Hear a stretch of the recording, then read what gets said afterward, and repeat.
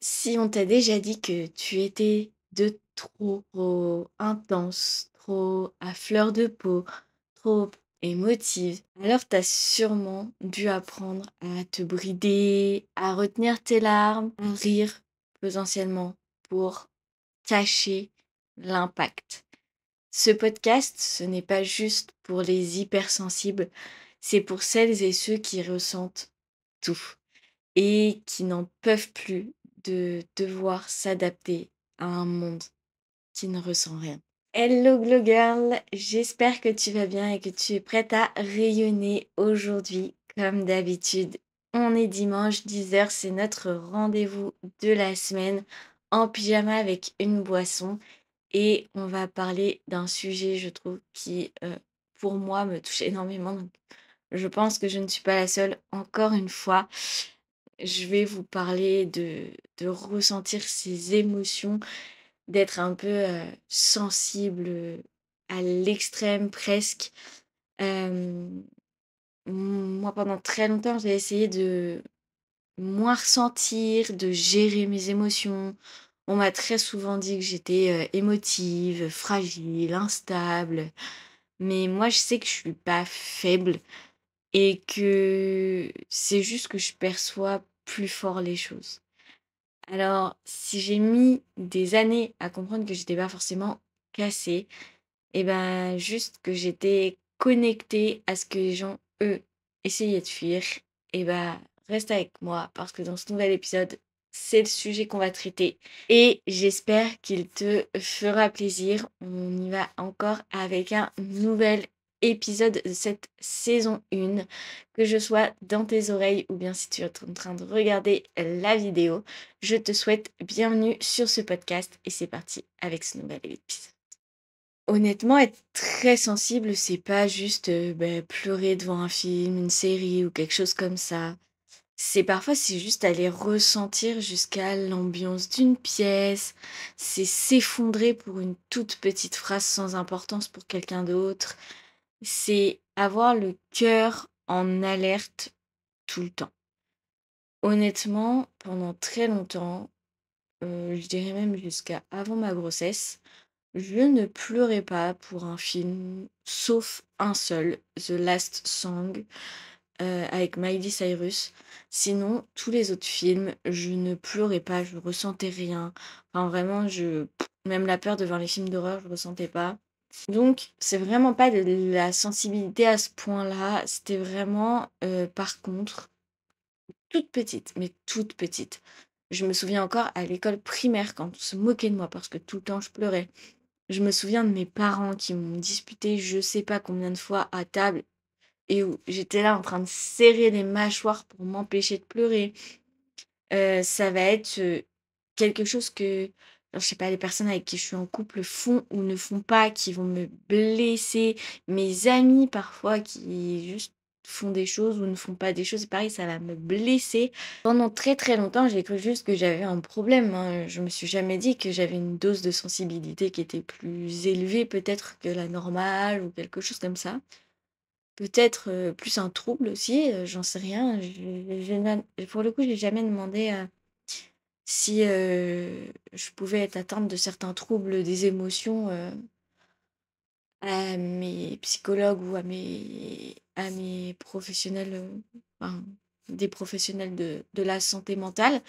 Mais, c'est vrai que j'ai toujours un énorme souci et encore aujourd'hui, c'est pour ça que je vous fais cet épisode, encore un souci parfois à gérer mes émotions. Ça peut être tout et n'importe quoi, en fait, des fois, c'est juste des trop pleins et ces trop pleins-là, à un moment donné, à une situation, je me monte la tête toute seule et j'explose. Je vous prends un truc tout bête. Samedi dernier, je tentais de monter le podcast. J'y arrivais pas. Ma vidéo, elle voulait pas, s'importer sur l'ordi pour que je puisse faire le montage. Elle voulait que rester sur mon enfin, elle voulait pas c'était pas la vidéo qui voulait rester sur mon téléphone, mais j'arrivais pas à l'importer sur l'ordi, de quelques moyens, différents que j'essayais et j'ai pété un plomb au bout d'une heure sans réussir. Il était 23h, j'en pouvais plus. Donc j'ai demandé à mon conjoint de m'aider à mettre, la vidéo sur le PC Et moi, en attendant, je suis partie, je sais plus quoi faire et en fait, lui avait vidé la machine à laver dans une bannette, mais n'avait pas étendu le linge et en fait, c'est à 23h-23h30, je sais plus, je me rends compte que la bannette est à étendre et je pète un câble littéralement parce que j'arrive pas à monter la vidéo, parce que, heu, bah, je devais aller étendre le linge en plus. Au début, je pète pas un plomb, juste je commence à ruminer dans mon coin et à me monter un peu le bourrichon et juste, au bout de 10 minutes, le temps de détendre toute mon ancienne machine et de réétendre ma machine, il me demande juste: «Tu où?» Et j'ai pété un plomb. Je me suis dit: «Mais quel manque de respect!» Le mec m'envoie faire la machine à 23h30. Je pète un plomb parce qu'il me demande: «Tu où?» alors que ça n'avait aucun rapport, juste, ben, il me demandait: «Tu où?» pour pouvoir, enfin, me dire: «Viens voir si c'est la bonne vidéo que j'ai importée». Mais juste j'ai pété un plomb et j'ai pas su retenir mes émotions. Mais pour rien, en fait, juste parce que je me suis monté la tête en mode: «On me manque de respect, on me donne tout à faire, on machin truc», alors que pas du tout en vrai, mais un trop plein à ce moment-là et j'ai la capacité émotionnelle des fois d'une petite éponge, genre vraiment, je prends, mais je suis pleine d'eau, faut essorer, quoi. Ça va plus du tout et en vrai ça enfin, je trouve que du coup, j'ai une hyper vigilance émotionnelle. C'est-à-dire que tout ce que je vais faire dans ma vie, tout ce qui va se passer dans mon quotidien à partir du moment j'allais dire à partir du moment où je me réveille, mais même dans mon sommeil, tout est lié et tout est sur émotion. En fait, je ne vis presque pas avec la raison, je vis beaucoup avec les émotions. Je ne sais pas, gérer ça. Je vis 100 sur les émotions. C'est-à-dire que si j'ai fait un rêve dans lequel je vois, une ancienne amie, un ex ou des choses comme ça va conditionner, par exemple, mon humeur sur toute la journée. Ça peut me rendre triste, ça peut me rendre énervée, ça peut me rendre machin. Tout va passer sur le ton émotionnel, selon déjà la nuit que j'ai passée. Ensuite, sur toute ma journée, tout va avoir un impact émotionnel. C'est-à-dire que si, en voiture, pour aller au travail, il se passe quelque chose, je vais avoir de l'énervement, de la frustration, tout ça sur longtemps, jusqu'à ce qu'une autre émotion la remplace. C'est hyper horrible. J'ai l'impression que c'est un peu une hypervigilance émotionnelle. C'est-à-dire que chaque truc, en fait, c'est comme si c'était des ondes et que mes émotions captaient ces ondes et se greffaient dessus pour me mettre dessus. Genre, au niveau de mes émotions, de mes ressentis du jour et tout. Et vraiment, ça, c'est affreux. Et aussi, des fois, juste, c'est le poids de ressentir aussi fort ce que les autres peuvent refouler. C'est-à-dire que des fois, quand je suis proche d'une personne, si cette personne, elle a des émotions refoulées, et bah parfois c'est comme si c'était moi qui prenais un peu l'émotion et qui la ressortais. Et c'est très horrible ça aussi comme sensation. Ça m'arrive pas très souvent, mais ça peut m'arriver. Parce que quand t'es très sensible, et moi la première, tu vis le monde sans filtre. Vraiment sans filtre. Tu prends l'humain comme s'il était bon. Parfois, tu oublies un petit peu que les gens sont vicieux, que les gens machin, mais tu prends le monde vraiment sans le filtre de la société, etc. Honnêtement, pendant très longtemps, personnellement, j'ai douté de moi. Je me suis tout le temps demandé si j'exagérais et si je devais m'excuser, et même je me suis excusée parfois d'exister trop fort. Parce que pendant très longtemps, je vous dis, j'ai été moquée à l'école ou quoi parce que dès qu'il y avait un truc, je pleurais. Même chose, hein, des conflits dans les couples ou des choses comme ça qui me mettaient, mais ils me faisaient partir dans des crises de larmes ou quoi. Et l'auto-jugement, il est sévère, il est énorme parce que vous êtes la personne la plus difficile avec vous-même. Et quand vous trouvez que vos émotions, elles sont trop présentes, elles dirigent trop votre vie et tout, c'est difficile. Et moi, pendant plusieurs mois, et je dirais même presque sur toute l'année 2022, j'ai essayé de tout contrôler. Et c'est comme si j'avais eu une deuxième personnalité. Comme s'il y avait une deuxième personne en moi qui prenait la place de la vraie moi. Je m'interdisais un peu de ressentir des choses. J'étais tombée amoureuse et je suis tombée fort amoureuse et après quand ça s'est terminé, je l'ai tellement mal vécu que j'ai fermé complètement la case émotion pour tout. J'avais l'impression d'être inhumaine, c'était pas moi, ça me ressemblait pas. Et c'était même plus pour cacher mes émotions aux autres parce que ça aussi, on le fait beaucoup. On cache aux autres parce que c'est difficile et qu'on sait que de toute façon on va être jugé. Et je sais que moi j'avais une amie, comme je ressens fort les émotions, pour moi quand je ressens quelque chose, il faut que j'en parle. En parler, c'est libérer un poids en fait. C'est comme si je vous disais que j'étais en train mes émotions, ça fait ça, ça fait je suis en train de m'étouffer et le fait d'en parler, c'est comme si vous faisiez une piqûre là, vous savez, d'épipène, quand vous faites une allergie ou quoi. Ça me fait un peu ça. C'est quand je suis submergée par mes émotions, en parler parfois de ce qui va pas, pleurer un coup et tout, ça libère un peu.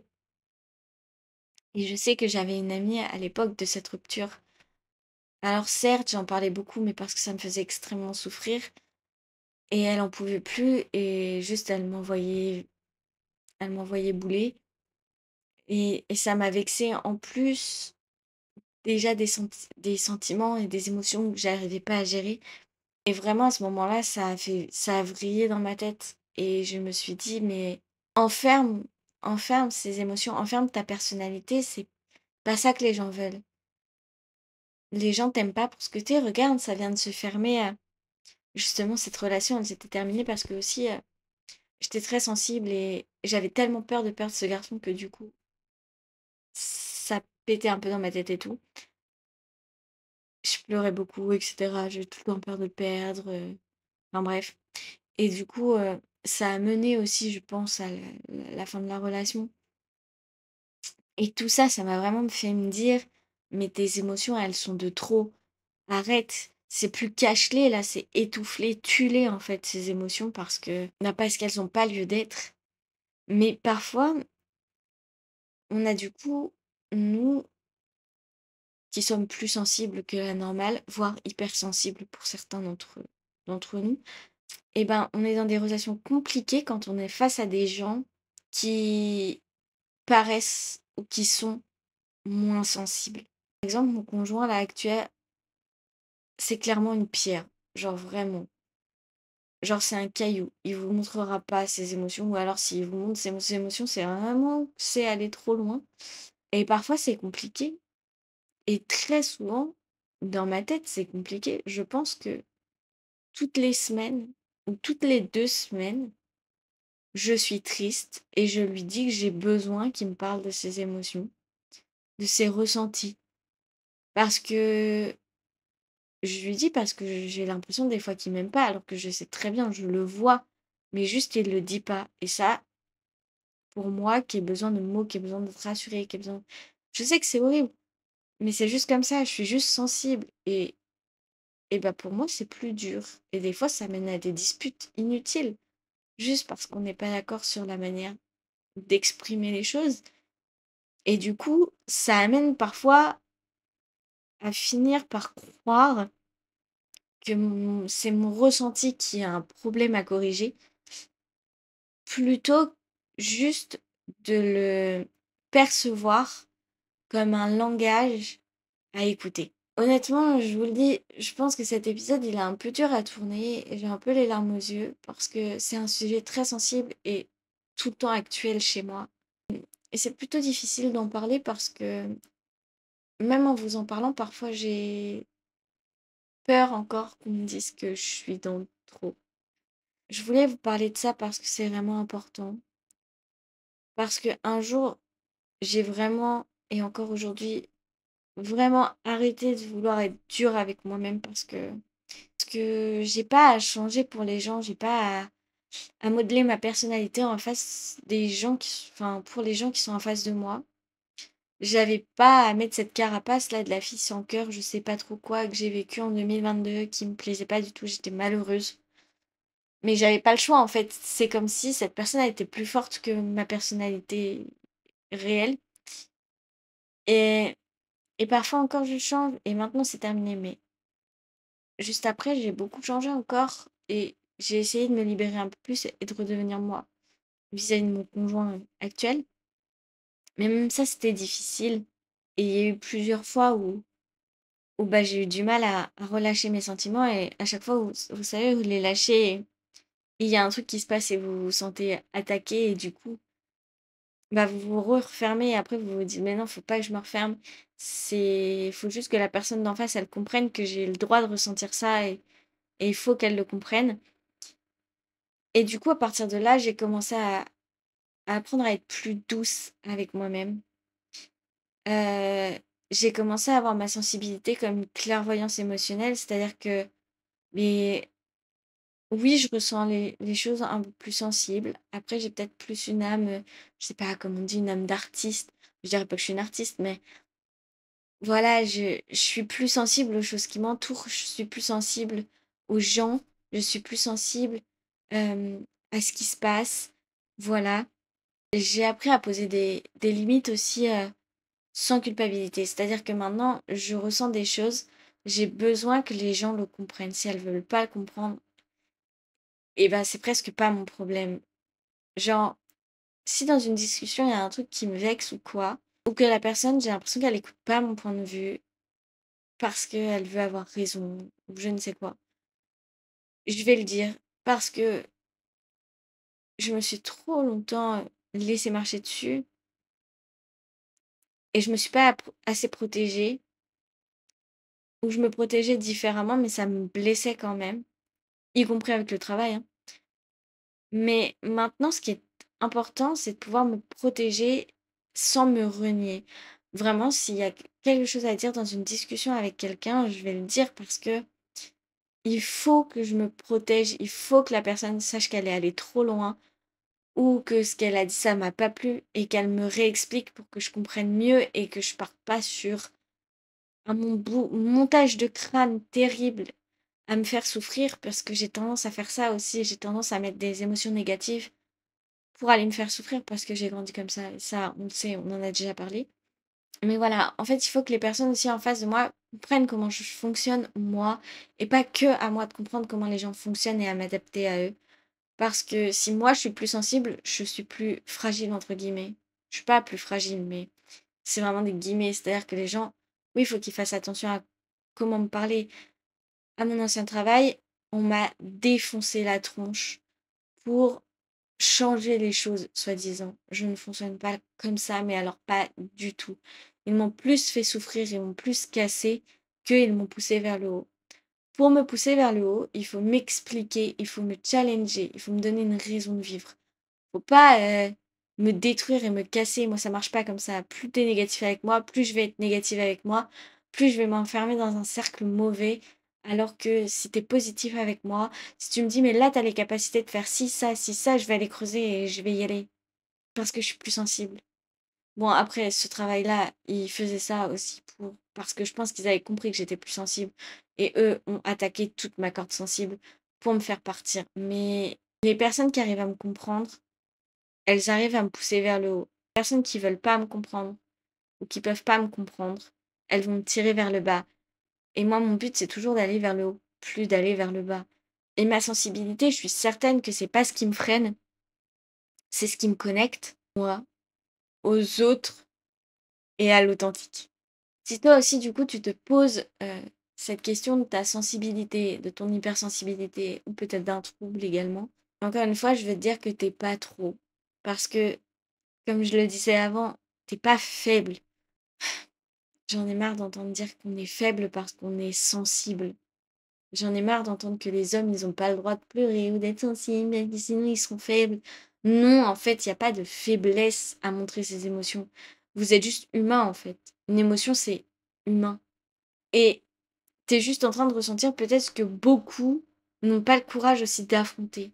Clairement, mon ex, qui m'a quittée parce que C'était pas bon pour moi, nanani nanana, j'ai besoin de me réparer et tout parce que j'étais trop sensible, je sais pas trop quoi. Parce que j'avais trop d'émotions. Lui passait son temps à s'enfumer la tête avec des choses pas très légales pour ne pas penser, ne pas affronter ses émotions. Pardon, mais je sais pas qui est la meilleure personne dans ce sujet-là. Je suis désolée, mais beaucoup de personnes refusent de ressentir leurs émotions justement, justement parce qu'ils ont pas le courage de les affronter. Parce qu'une émotion, c'est difficile. C'est difficile à gérer. C'est difficile à intégrer. Donc la sensibilité, c'est pas une faiblesse, c'est une super force. On a besoin, je trouve, de personnes sensibles dans cette société, dans cette génération. Enfin, génération. Je parle pas de notre génération, genre actuelle, les jeunes de maintenant. Je parle de vraiment la génération au sens large, de toutes les personnes qui sont sur cette terre à cet instant T, cette époque où on est dans un monde hyper connecté, un monde qui a perdu toute authenticité. Vous ouvrez Instagram, vous avez la même vie pour tout le monde. Vous avez les mêmes choses parce que c'est les choses qui marchent et du coup ça fait de l'argent. Bah oui, mais non. Il y a plus d'authenticité. C'est très dur maintenant de trouver des gens qui sont authentiques, humains. On a besoin de personnes comme nous. On a besoin de personnes comme toi qui regardent cette vidéo jusque-là. Que la vraie force, c'est pas forcément juste de ressentir. C'est de ressentir et de rester debout. Si, comme moi, t'as été rejetée, moquée, mise de côté à cause de ta sensibilité, sache que c'est pas un défaut à corriger. C'est une intensité à apprivoiser. Tu ne seras jamais trop pour la bonne vie, le bon entourage ou le bon toi. Alors pleure, ressens, tremble et surtout continue. Parce que le monde a besoin d'un cœur comme le tien. J'espère que cet épisode il t'a plu. Clairement, je me sens vidée de mon énergie. Ça fait du bien de parler de ça avec vous. Et j'espère vraiment que ça vous a plu. Donc si ça t'a plu, n'hésite pas à mettre un j'aime comme d'habitude, un commentaire, à t'abonner si t'es pas abonné. N'oublie pas qu'il reste plus que quelques épisodes à cette saison avant de se terminer pour une petite pause et de reprendre au mois de septembre. J'espère que tu vas passer une bonne journée et que tu vas rayonner. Et moi, je te dis à dimanche prochain.